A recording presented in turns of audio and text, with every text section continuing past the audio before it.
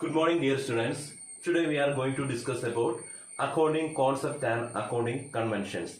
The last class we already discussed about what are the classification of accounting concept and accounting conventions. There are 10 accounting concept and 4 accounting conventions. So accounting concept and conventions is known as the backbone of every business. The students, whether they are studying MCom, BCom or class 11, 12, whatever, they must know thoroughly about these accounting concept and accounting conventions. Then only they can study the accountancy very effectively and systematically. So we can discuss the first accounting concept. The first accounting concept is known as business entity concept. The word entity means it's a existence or being, a separate existence. That means according to business entity concept, the owner and business are different. Both of them have separate entity. Through a example, I will explain this one. So this is, you can consider me, this is me, and my name is Akhil. And this is my business entity. So it's a pen manufacturing company.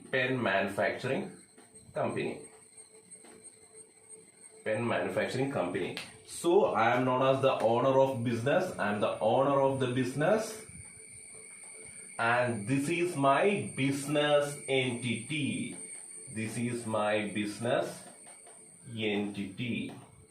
Okay, so I am the owner of the business. This is my business entity.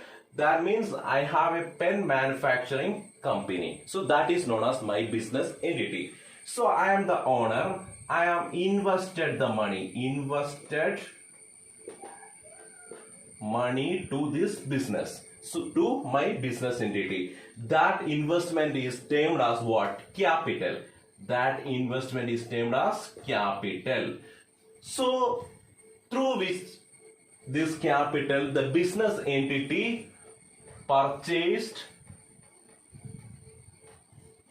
goods, then purchased assets, then paid expenses, and sale of goods. After sale of goods, what happening? After the sale of goods, profit is coming.